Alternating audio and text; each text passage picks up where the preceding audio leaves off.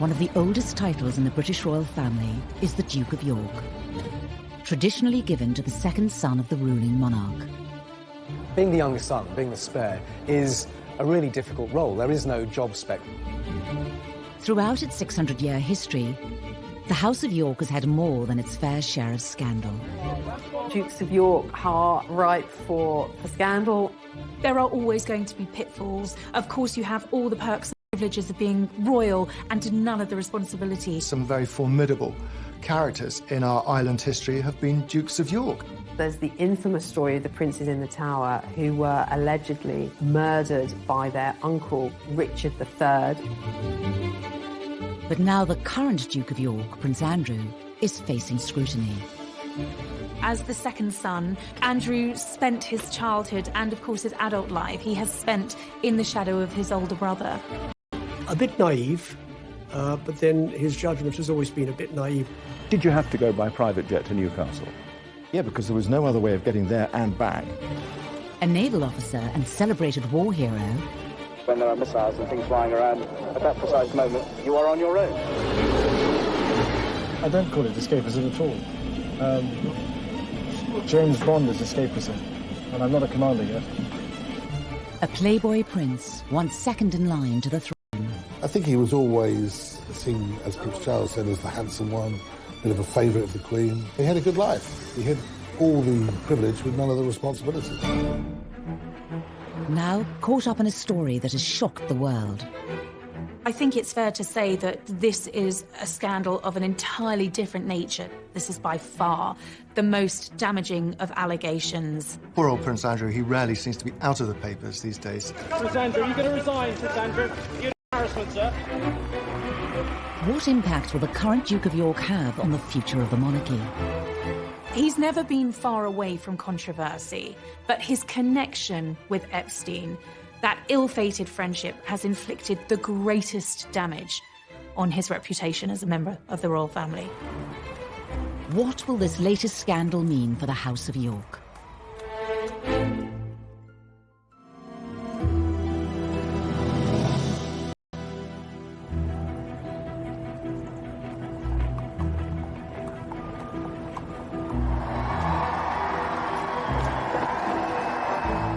Within the Royal House of Windsor, there are several different titles traditionally bestowed by the monarch. Wales, Cambridge, Sussex, and York.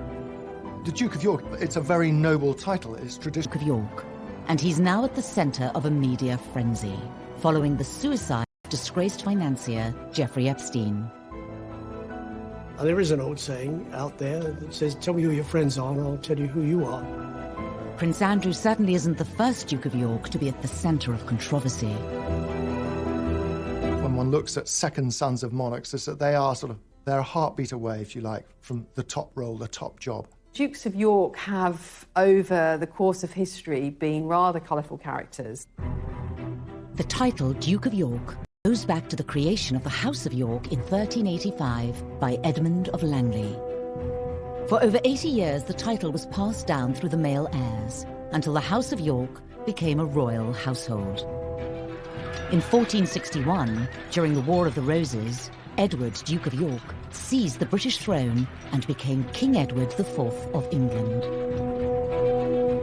He gave the title Duke of York to his second son, Richard, a tradition that has continued to this day.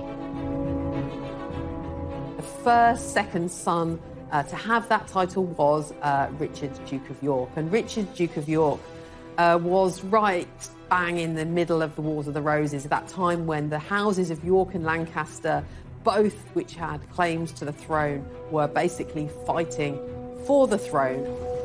But Richard's life would be a short one after he disappeared in mysterious and macabre circumstances. There's the infamous story of the princes in the Tower who were allegedly murdered by their uncle, Richard III, the king in the car park, as many people know him. And allegedly he killed his nephew in the Tower because he wanted to be king himself. The story goes that the 9-year-old Duke of York, Richard, and his older brother Edward were locked away in the Tower of London as part of a villainous scheme to claim the throne. Their bodies were never found. history holds that, their bones are there in the Tower of London. With no male heir, the Duke of York title went into extinction with 9-year-old Richard's death. But just over a decade later, after a shift in the monarchy, the title was given to the next second son in line to the throne, a certain Henry Tudor. Infamous Henry VIII, of course, was also a second son. He was the second son of Henry VII. He wasn't supposed to be king, but when his brother, Prince Arthur, died, he not only married his former brother's wife, but he also became king. Arguably one of the most notable Duke of Yorks to become king is Prince Andrew's grandfather.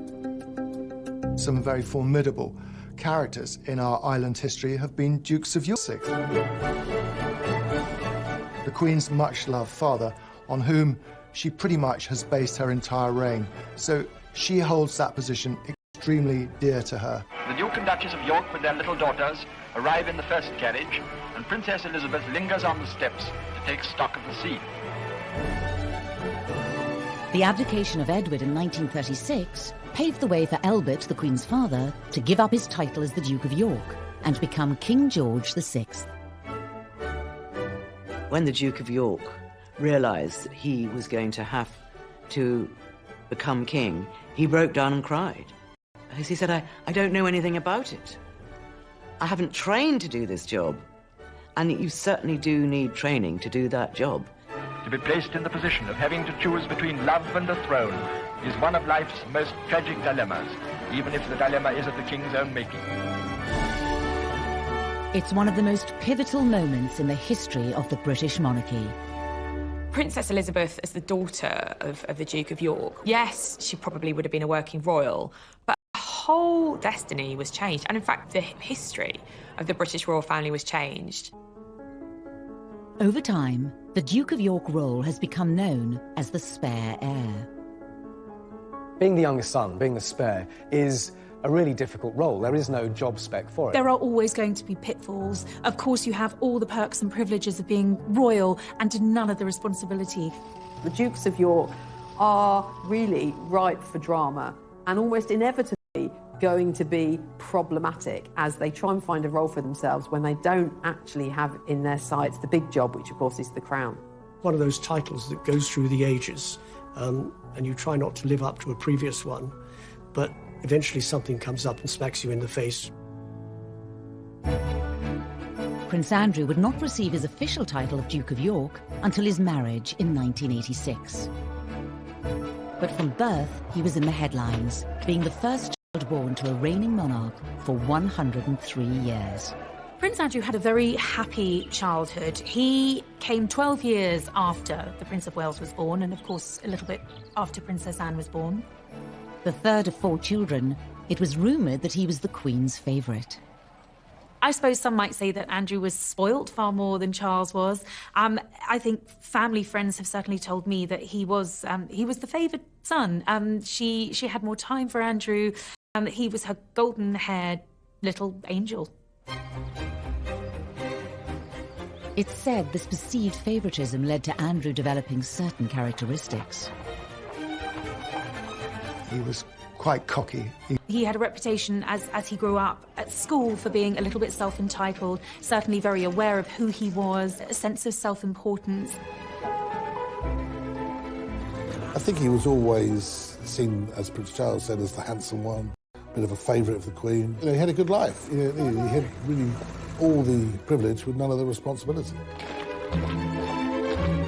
In 1979, Prince Andrew would find a role for himself when he joined the Royal Navy as a helicopter pilot. Harpoon Master is on. FCS, Niles, trims, set, lights on. He wanted to make the Navy really his career for life, and he was a diligent young officer, with 1 or 2 exceptions. I mean, he is famously said to have remarked to one senior, very senior naval officer that a senior officer could call him H, being short for HRH. And the senior officer said, "And you can call me sir." And that, again, it gives you an idea of what the young Andrew was like. Basically, what I'm here for is to work the ship up into aviation, and also myself back into the deck. And actually getting back on the deck on a dark night is quite exciting. He was a good naval officer, diligent, hard-working.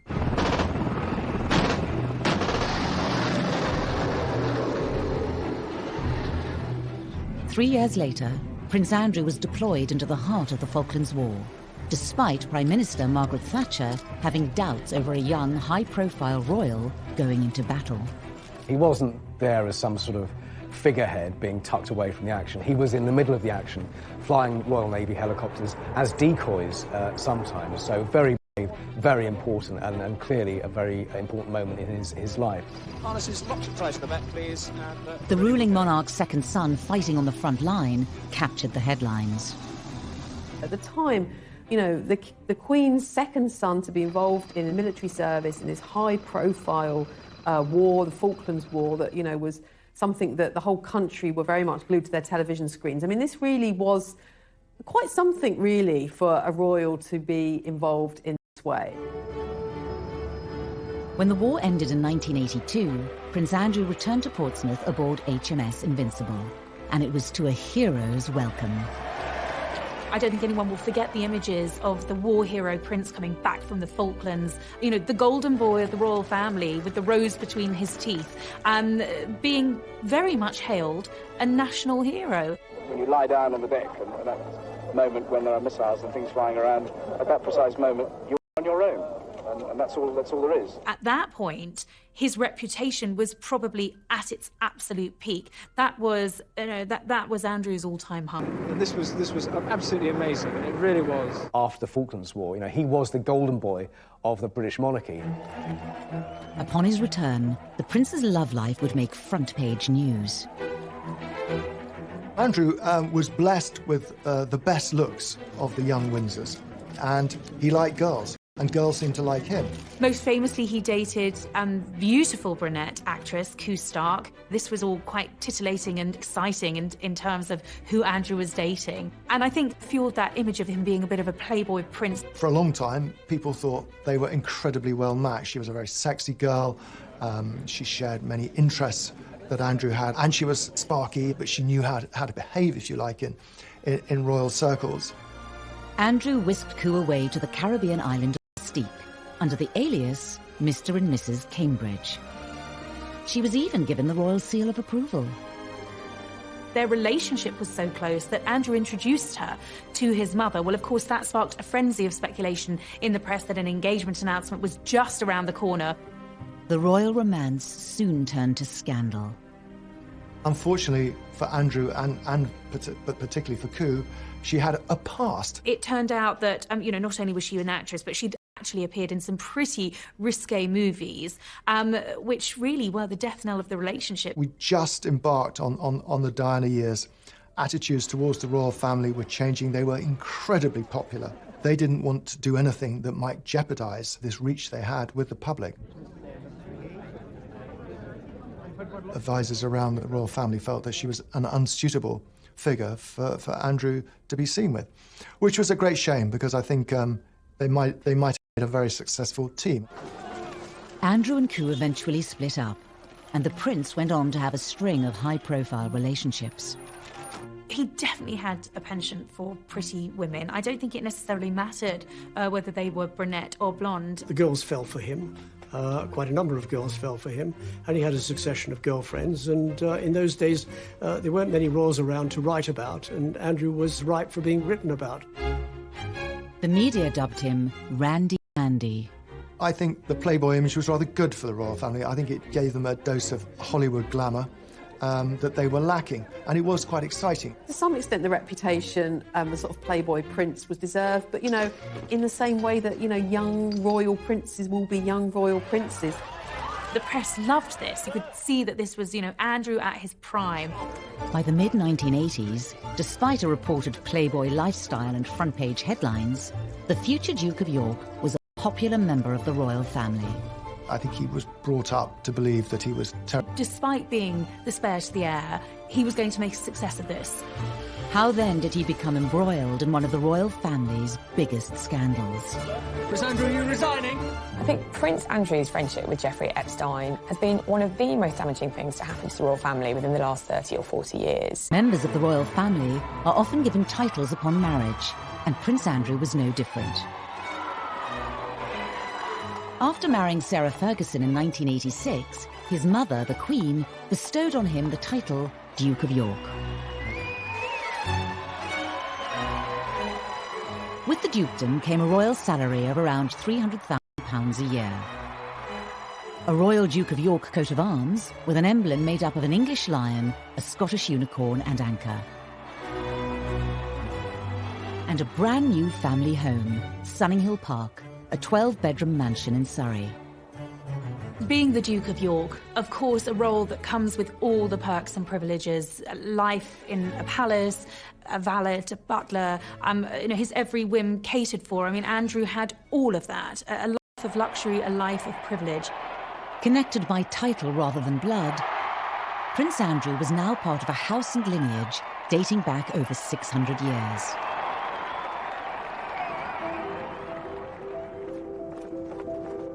But his chapter as the Duke of York would not be free from scandal. In 1999, Prince Andrew was introduced to Jeffrey Epstein. This acquaintance would go on to result in one of the House of York's biggest controversies. Jeffrey Epstein was a multi-millionaire American hedge fund manager who socialized in the company of rich, powerful men and beautiful women. I think they became friends very quickly. Andrew has always been attracted to rich men and money, and Epstein was, by all accounts, a charismatic fellow. There's one thing in America that trumps cash. It's royalty. Epstein had the cash, Andrew had the cachet. And of course, Andrew was a real-life prince. Americans love British royalty. In 2008, Jeffrey Epstein was found guilty of procuring a person under the age of 18 for prostitution, and went on to serve 13 months in prison. Prince Andrew's past meetings with Epstein before he was convicted were now under intense media scrutiny.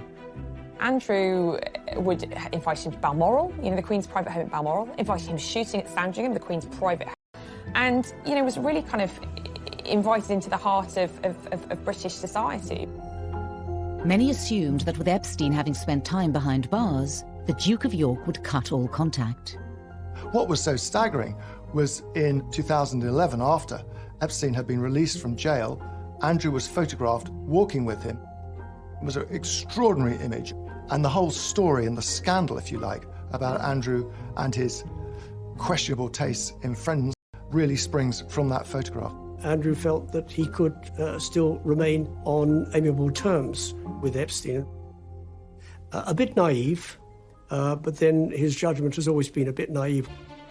It was around the time of Epstein's release that a photo of the Duke of York and Virginia Roberts, now Giuffre, appeared in the world's press. Although some close to the prince claimed it was a fake, and the story went quiet. 4 years later, things went from bad to worse for the Duke of York when Virginia Roberts implicated him in the growing sex scandal. Virginia Roberts claimed she'd been essentially recruited as a very young girl by Epstein, and Prince Andrew had slept with her 3 times. Prince Andrew strenuously denied all allegations, and the accusations were later thrown out of court after the judge ruled them immaterial and impertinent. At the moment, these are allegations. Nothing has been proven, and in this country, you are innocent until proven guilty. Nonetheless, allegations of this nature are incredibly damaging. Did you recover from this, sir? In 2015, with questions still looming over the Duke of York, he was forced to address the accusations during a royal engagement. Firstly, I think I must and want, for the record, to refer to the events that have taken place in the last few weeks. And I just wish to reiterate and to reaffirm the statements which have already been made on my behalf by Buckingham Palace. This was one scandal that would not go away. In July of 2019, Jeffrey Epstein was charged with further counts of sex trafficking. He committed suicide in his cell whilst awaiting trial. With the eyes of the press back on Epstein and his associates, Prince Andrew once again became front-page news. This time it was a video from 2010, and like the photo in Central Park, it showed the Duke of York spending time with Epstein after the latter's conviction. a video of Andrew at Epstein's townhouse in Manhattan, where there was lots of going on. The Duke of York strongly denied any wrongdoing, but the press continued to ask serious questions of him. Members of the royal family have to be really careful about the company they keep, and I think that the main charge against Andrew is the company he has kept. He's guilty of one thing, and that's poor judgment, of going to see Epstein after he was convicted. The ultimate lack of judgment is having a friendship with Epstein at all. He sounds like an evil, dreadful pedophile. Prince Andrew's accusers were turning up heat. In explosive scenes captured outside a New York courtroom in the summer of 2019, Virginia Roberts continued to accuse the Duke of York. On the steps of the court, Virginia Roberts said, and this is incendiary, said Andrew knows what he has done. He knows exactly what he's done, and I hope he comes clean about it. Thank you. That's what forced Prince Andrew into issuing his latest statement. The Duke of York chose to clarify the facts around his relationship with Epstein by issuing a statement. As well as being appalled by the alleged crimes, Prince Andrew claimed that he only saw Epstein once or twice a year, and that he did not see, witness or suspect any behaviour of the sort that subsequently led to his arrest and conviction. I think he was trying to apologise. It just prolonged the story, made everything worse, and it raised a lot more questions. It does beg the question, well, why has it taken him 9 years to respond in the way he has? The photograph has been around and the allegations since before 2010. Why on earth didn't he say something then? In spite of the negativity in the press, Her Majesty the Queen has continued to stick by her son.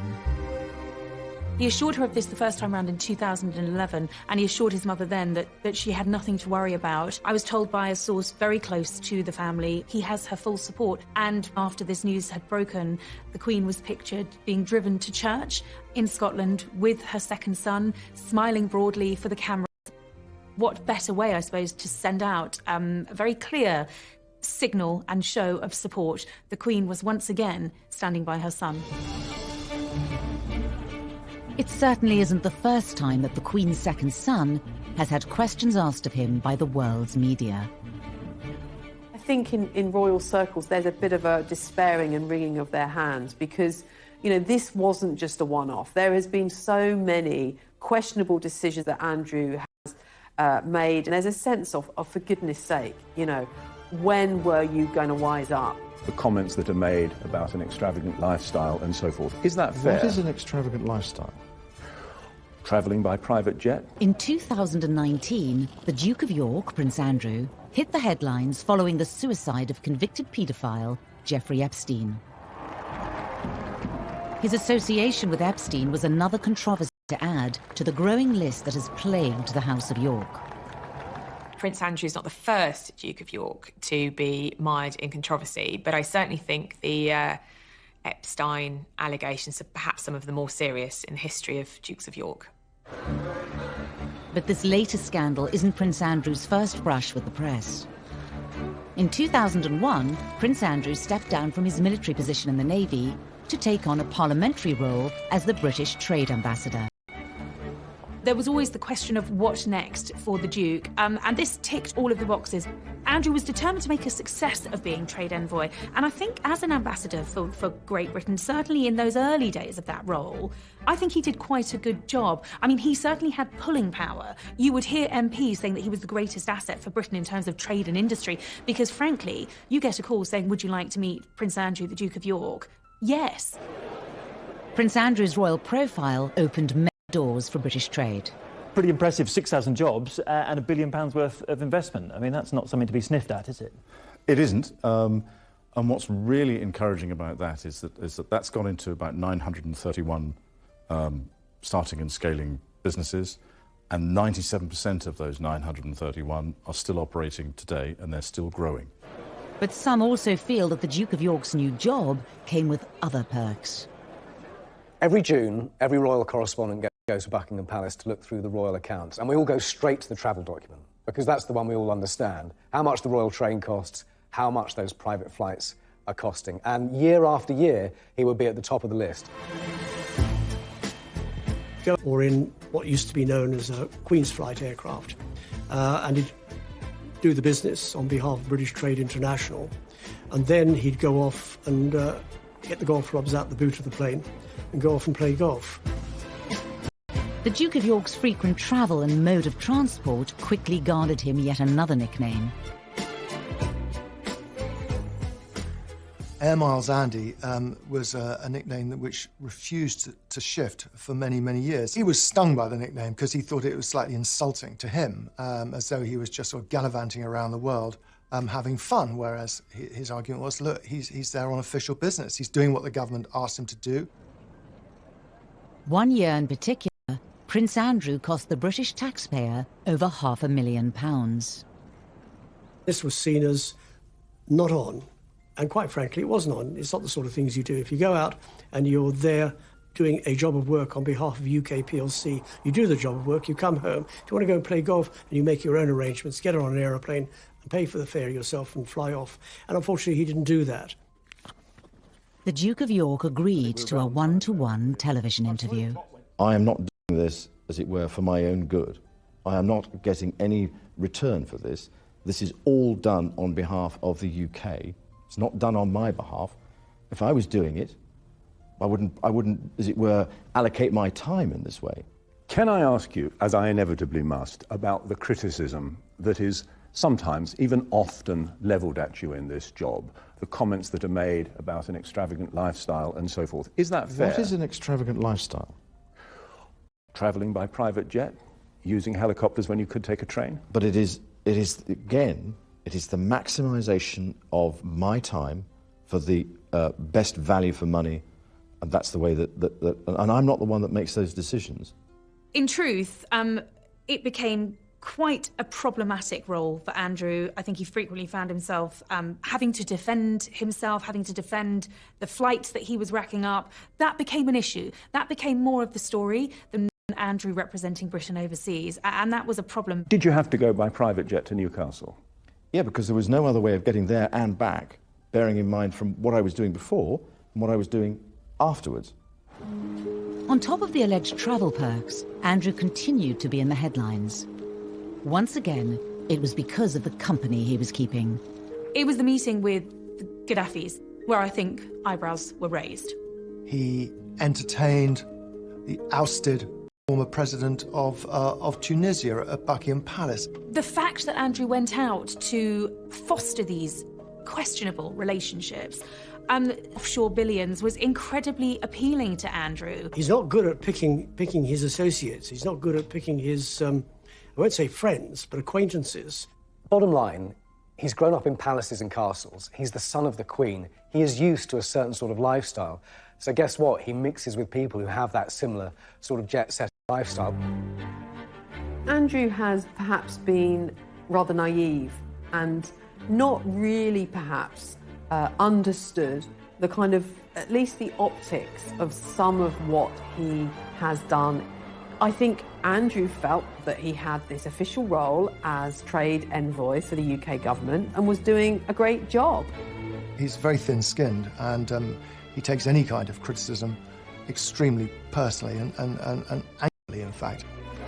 The press continued to question the Duke's suitability for the trade envoy role. I think the press became less supportive over the years. I think he was on the receiving end of quite a lot of criticism. Was it unfair?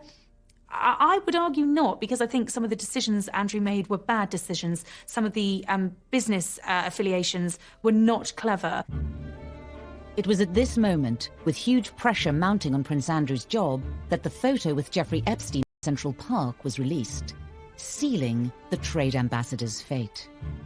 He mixed business with pleasure, and if you're going to mix business with pleasure, be very careful about the pleasure that you mix with, and he wasn't.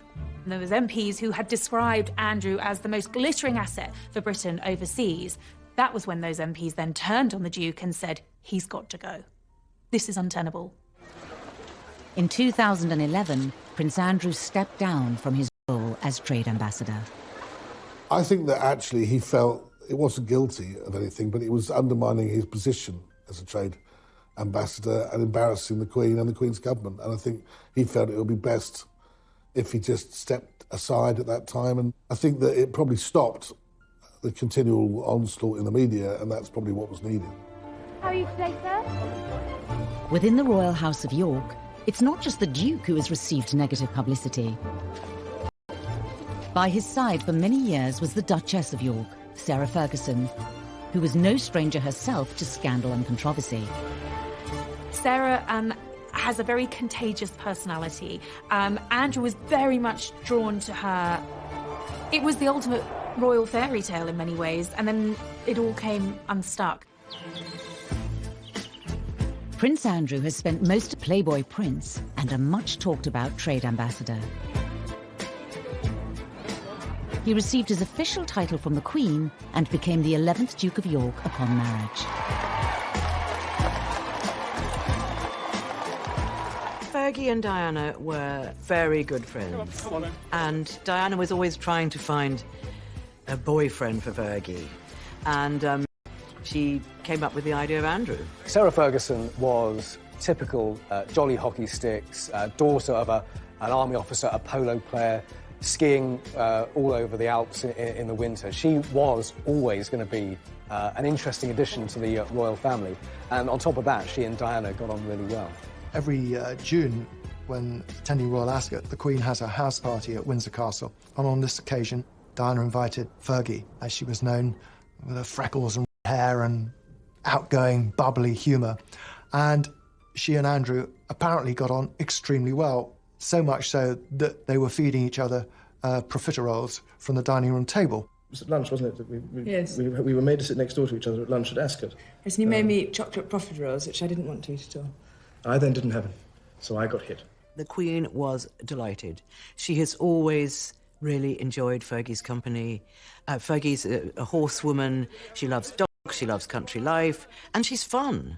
She's a really special girl, and the Queen absolutely adored her. Before long, the couple had announced their engagement. Could I ask you then, Miss Ferguson, do you remember what he said? Absolutely. But I'm not telling you. There would have been a sigh of relief that Randy Andy's days of hitting the nightclubs were over. I mean, this was really the height of popularity for the royal family, the wedding of Charles and Diana, William and Harry being born, and then it was Andrew and Fergie. The press were hugely interested in Andrew and Sarah. They were tactile, they were loving, they were everything that Charles and Diana weren't. They were a great story. In 1986, just 5 months after becoming engaged, the pair married at Westminster Abbey. Prince Andrew and Sarah Ferguson became the Duke and Duchess of York. I think what was so exciting for the press during this period of those royal marriages was that for the first time they had the original Fab Four. You know, you had Andrew and Fergie, Charles and Di, these two very glamorous women. They were out there on the world stage. And I think at that period, you know, the future was very sunny and very bright for the royal family. The couple were whisked away on royal tours of Canada and North America, where the Duchess made quite an impression.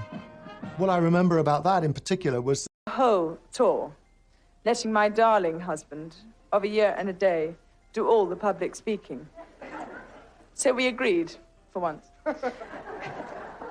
that I should have the last word tonight. I think Andrew was very proud of her. I mean, she complimented him, if you like, in a way. She rubbed off some of his rougher edges. I mean, he was still a slightly abrasive character. She was good for him, yeah.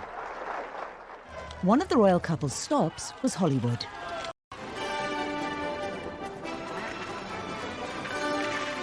I was on the royal tour when they were in Los Angeles, and they were a huge success.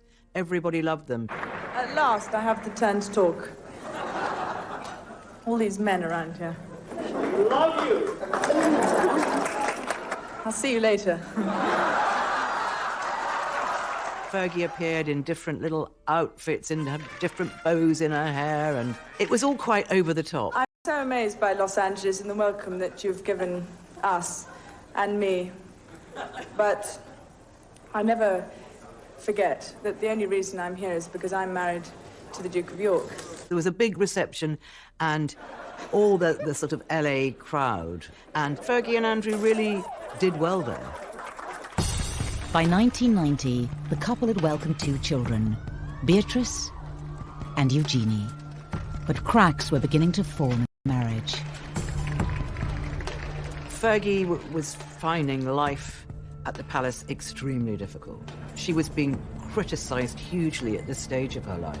She didn't have Prince Andrew at her side because he was away doing his naval duties. So things just really started to break down. Captain. Good evening, sir. It's Red 30 Ranger, 6 miles. As well as the royal tours, Prince Andrew was still serving as a naval officer, spending more and more time away from his family. Captain Roger, yes, thank you very much. As a commanding officer, you can, on occasions, get extremely lonely and isolated if you're not careful. It's terrible. I mean, you're going away and leaving what you love behind. It's a fantastic job. All 3 services is a fantastic job for a single man. It's getting less and less so for a married man. I don't call it escapism at all. James Bond is escapism, and I'm not a commander yet. Sarah was basically a single mother at home with raising 2 children, and it put a huge strain on the relationship. The couple's marriage was under intense media scrutiny. Rumours of affairs began to circulate in the press. Fergie was already taught that the marriage was in great difficulty. She felt neglected by her own husband. She was being given a really hard time by the press. I think she was incredibly vulnerable. Speculation continued for months until the Duke and Duchess of York were forced to make an announcement. When Andrew and Sarah announced their separation in early 1992, very rapidly she was seen to be involved with a man who was euphemistically described as her financial advisor. A royal separation was only the start of the controversy for the Duke and Duchess of York, after now infamous photos of Sarah Ferguson were released in the media. I was with John Bryan the night the pictures appeared in one of the tabloid newspapers, and I'd gone to his flat with the Daily Mirror, and he phoned Fergie, and I could hear him talking to her, and you know, he's saying, it's bad, it's worse than we thought. They'd managed to get pictures of her on a sunbed, and she was having her toes sucked by her financial advisor. These pictures were compromising, they were embarrassing, you know, shameful for Fergie. Things quickly worse for the Duchess of York. Poor Fergie, the following day, she had to go down to breakfast at Balmoral Castle, where all the papers were all laid out, as they always are every day, on a sideboard, and she had to sit there, and sort of the humiliation must have been awful for her. She fled Balmoral in tears, and she didn't return for a very long time. Sarah Ferguson was really cast to the outer darkness. It was the final nail in the coffin for Andrew and Sarah. The Duke and Duchess of York's relationship troubles were publicised the world over.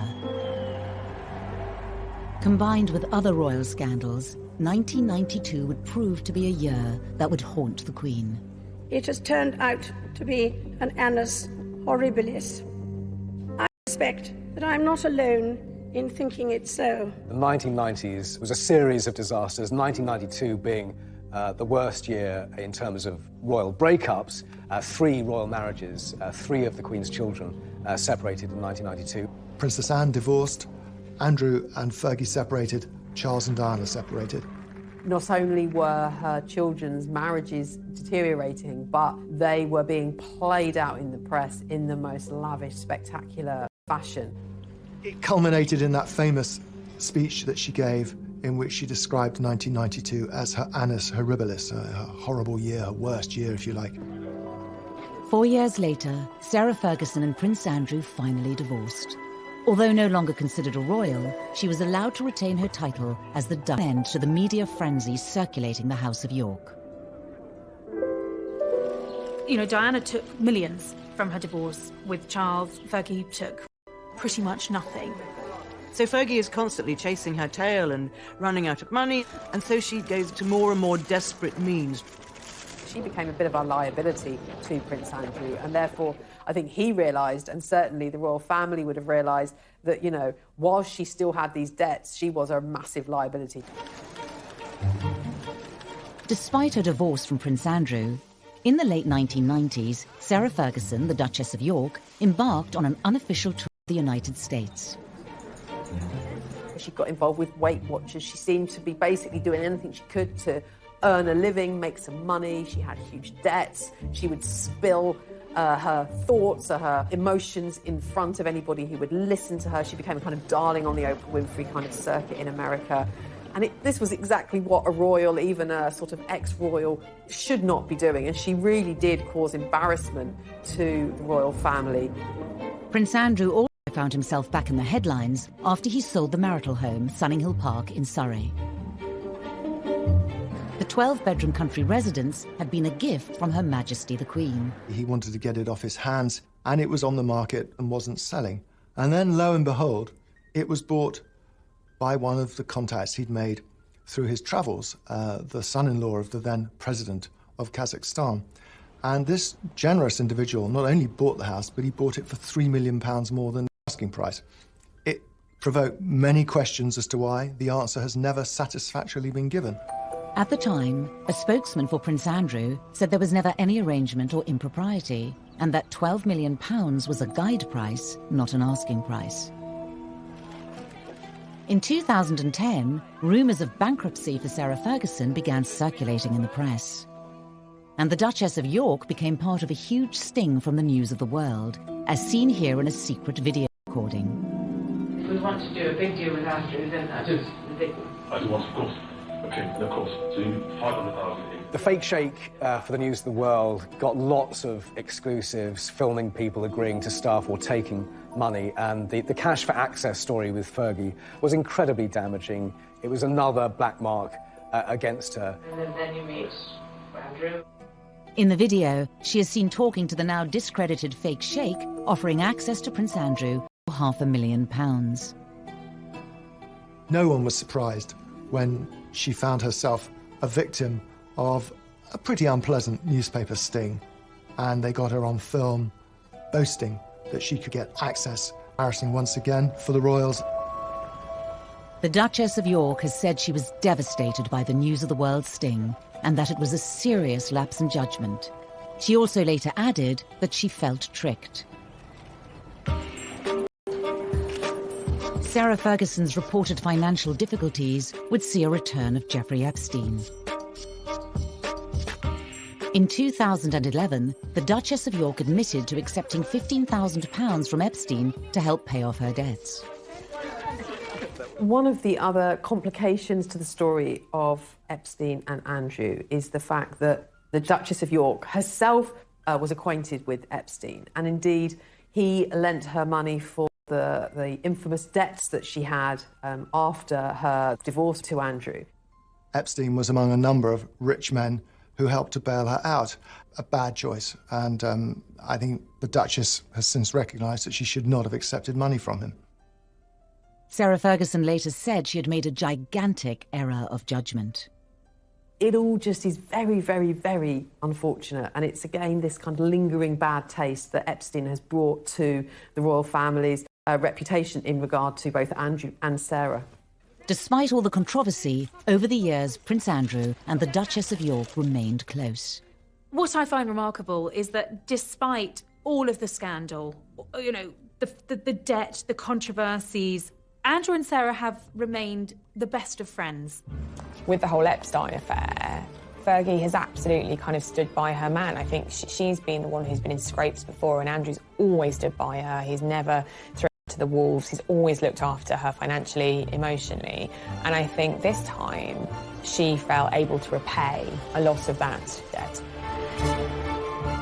With the Epstein scandal showing no signs of disappearing, and Prince Charles set to one day take the throne, what does the future hold for the Duke of York and his family? Over the years, the House of York has been embroiled in damaging scandals, none more so than the association with disgraced financier Jeffrey Epstein.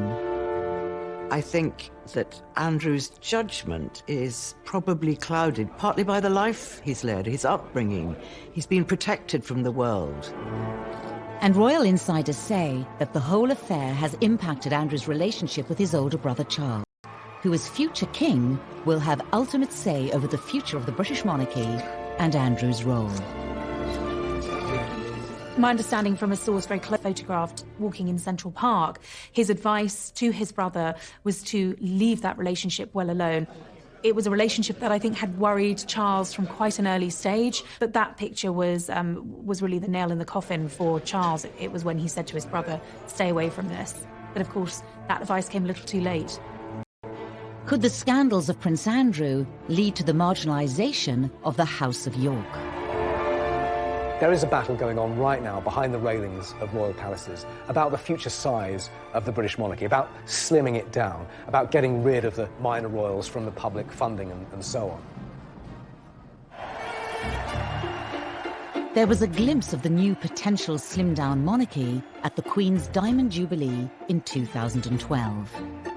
The Duke of York and his two daughters, Princesses Beatrice and Eugenie, were noticeably absent, further fueling speculation that Prince Charles was beginning to sideline the House of York. Andrew and his family not being invited to appear on the balcony at Buckingham Palace for the Queen's Jubilee was really significant because it was a real statement of intent by Prince Charles. This was the future of the royal family. William, Harry, Kate, Charles, Camilla, the Queen. Andrew and Eugenie and Beatrice were nowhere to be seen. And Andrew very much felt the snub, but Charles was proclaiming it very publicly by saying this is the current monarch, this is the future monarch, and this is the future of the royal family in a very, very public way. And it was like, no, Andrew. It's the Magnificent Seven, as they then were. That's Charles's vision of a modern monarchy.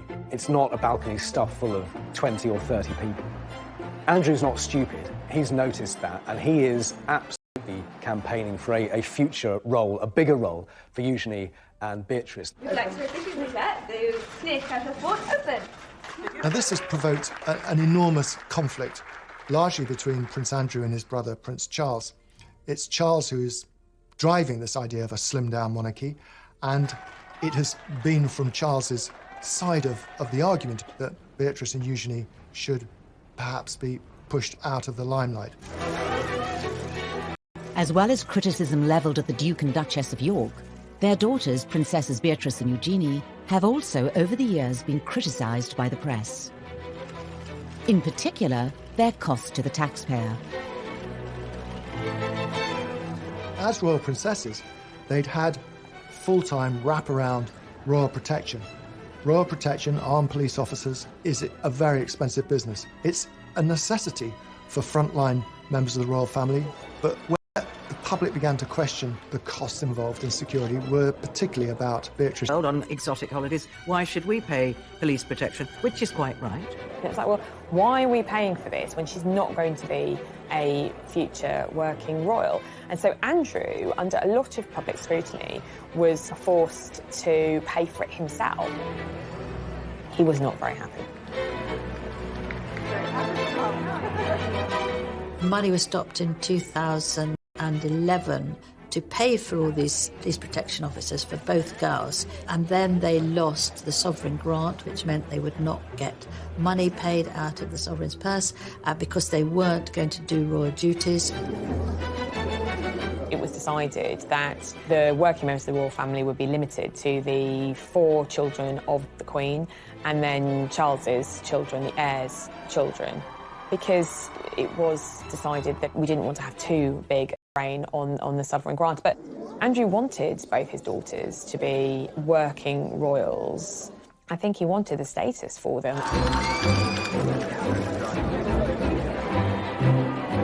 You look at the Princess Royal, she's got 2 children, Peter Phillips and Zara Tyndall.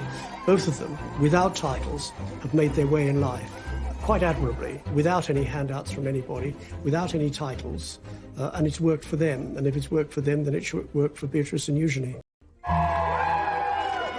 In 2018, Princess Eugenie married her long-term boyfriend, Jack Brooksbank, amid all the pomp and ceremony of a royal wedding, the scale of which many believed was Prince Andrew's way of putting his family back into the royal limelight. There was criticism over Eugenie's wedding. It was paid for privately, and yet, there was still questions asked over whether it was absolutely necessary to have 2 wedding dresses 3 days of parties. And I think for the Yorks, it's hard for them to escape that sort of controversy because they have been known for their exuberant spending over the years. Prince Andrew, becomes very grand and royal, and he makes things happen. You want to get married in St George's Chapel? You'll get married in St George's Chapel. You want the biggest party the world has ever seen in my back garden? You'll have it. Andrew was at pains to point out that this was a bigger wedding than Harry and Meghan's, and that they'd invited more people to fill St George's Chapel. Of course, that was the same place that Harry and Meghan got married a couple of months earlier, because Jack and Eugenie had so many friends, so more people had to come. Eugenie had 3 days of parties. It was almost Andrew saying, yeah, Meghan and Harry, whatever you can do, I can do better. And with Beatrice's recent engagement to Italian property tycoon Edoardo Mapelli-Mozzi, speculation regarding... And it was rumoured in the press that Prince Andrew was keen for his daughter's husbands to have royal titles, something the Duke of York denied. It's very interesting the way that Princess Eugenie is still styled. Because her husband hasn't got a title, officially, she should now be Mrs. Jack Brooksbank, and in the court circular and in correspondence, because that's her very archaic official title. But it's very interesting that she is styled Princess Eugenie, Mrs. Jack Brooksbank. So I think that was very much a sign from Prince Andrew that his daughter should be remembered, that she's still a princess. Despite Prince Andrew's best efforts to keep the House of York front and centre, what will the Epstein scandal mean for the Duke of York? In the summer of 2019, fresh revelations in the Epstein scandal emerged, once again threatening to engulf the Duke of York. Did you make up for this, sir? He's never been far away from controversy, but his connection with Epstein, that ill-fated friendship, the Epstein connection, has inflicted the greatest damage on his reputation as a member of the royal family. In July, federal prosecutors filed new charges and once again arrested Jeffrey Epstein. Prince Andrew's continued friendship with Epstein was once more called into question.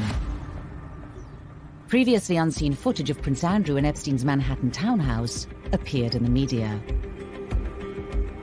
Although it had sort of slept dormant for 4 or 5 years, it burst on the scene again.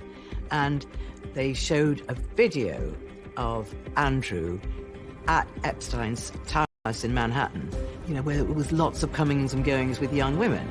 So the world is saying, how could he not have known what was going on?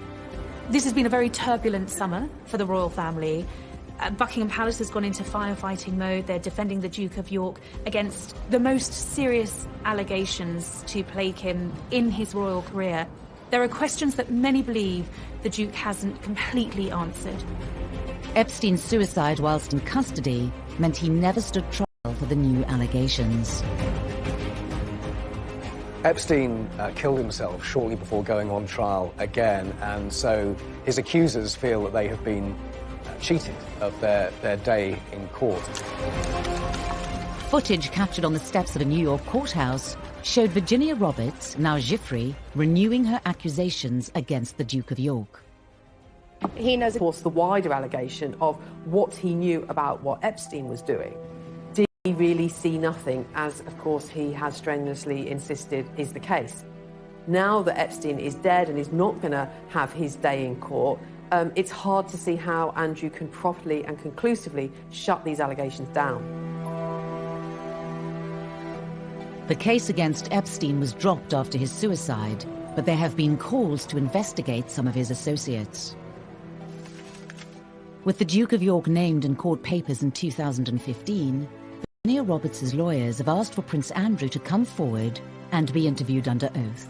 Despite a judge ruling comments about him be struck from the court record for being immaterial and impertinent. Andrew has never been spoken to by American law enforcement agencies.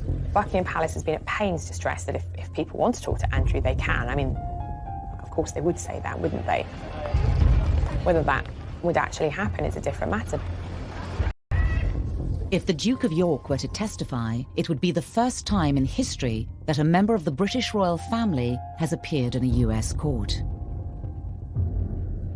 Andrew clearly in his statements repeatedly has said, I didn't do anything wrong, I didn't know anything wrong was going on.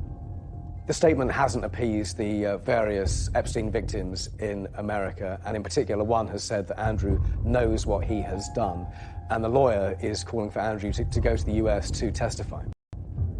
Virginia Roberts gave a televised interview to American television program Dateline for NBC.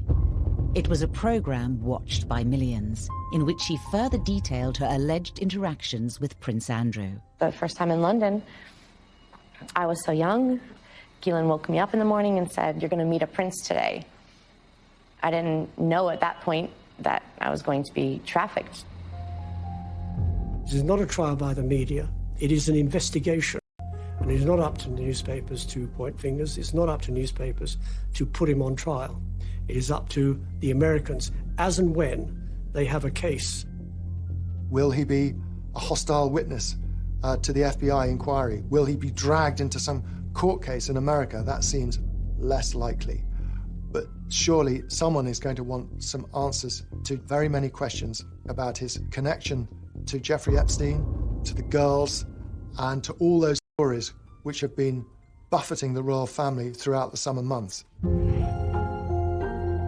Despite his protestations of innocence, we don't really know what happened, and therein lies the problem. And I think that this will continue to dog him, this affair. Yet to be seen. The royal family are, by their very nature, loyal to one another, and they close ranks and support each other. But Prince Andrew is testing that policy and that loyalty and, you know, family ties absolutely to the limit. The royal family, over the centuries, have been involved in all sorts of allegations, innuendo, scandals, and they have survived. They've survived for over 1,000 years, and they will continue to survive. Individual members of the royal family are not involved in this, only Prince Andrew. As Prince Andrew's future is discussed and speculated upon in every quarter, the title Duke of York is itself facing an unknown future.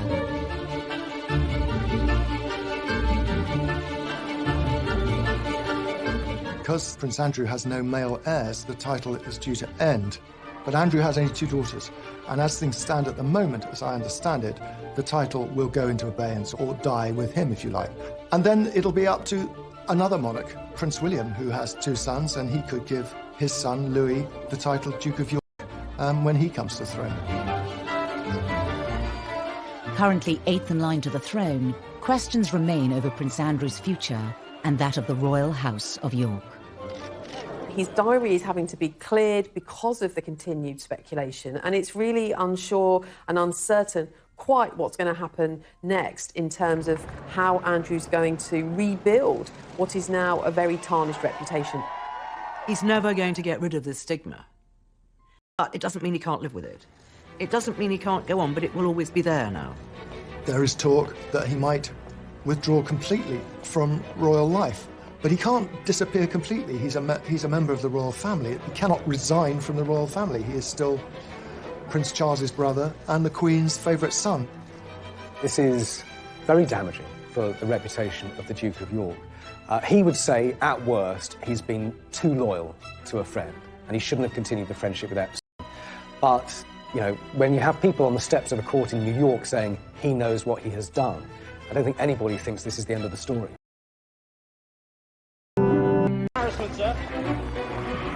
What impact will the current Duke of York have on the future of the monarchy? He's never been far away from controversy, but his connection with Epstein, that ill-fated friendship, has inflicted the greatest damage on his reputation as a member of the royal family. What will this latest scandal mean for the House of York?